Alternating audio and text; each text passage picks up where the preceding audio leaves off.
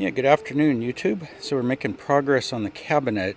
I decided I really needed to make a top panel for this cabinet, and this was a piece of 1/2-inch OSB from another shipping crate that we got a couple of years ago and I'd been holding on to, and it worked out really nice. It was a 48-inch square, half a sheet of OSB, and I needed to cut down the length to match the width of the cabinet. I had to cut off two pieces right there that are just tall enough to fill in the gaps at the top of the wall where the drywall ends.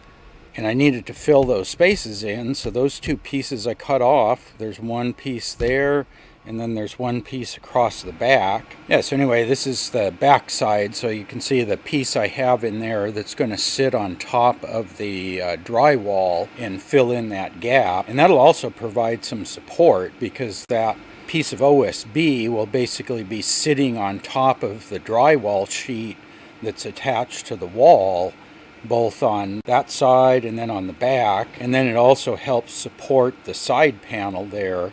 So I've got a couple of screws in this way to hold the panel vertically, and then I've got screws and construction adhesive along the top.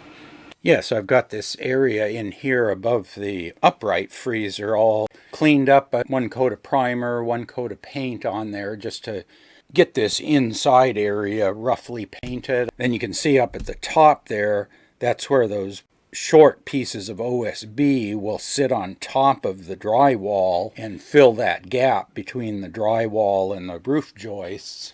And then that big square sheet of OSB will screw up into these joists and then these up here. Okay, we got the top of the cabinet in place. It's funny, it was harder than I thought and then easier than I thought. I was worried about the weight being the issue, adding that side panel on there, but it was more the bulk of it because you had this piece over here kind of throwing the weight off, so it was heavy on this side, but you needed to keep that side up there. I lifted the top panel up here and then got a couple of jack stands underneath to support it. So yeah, then I was able to get two medium length pieces underneath there. I got one on one side, one on the other side, kind of angled in so it stayed in place. And then I was able to take one of my battens. These are going to be on the wall, but they're a little bit taller, so I got one of those on each side. Yeah, so with those battens in place, there was enough room underneath that I could climb up on top of the freezer and then just get my head and shoulders up under the top, and then just lift it up into place, and it just popped right into place. The hard part was getting up high enough so I could get in there, because when I first put it up there, there's only like that much room, and you can't reach in and lift when your arms are way out like that.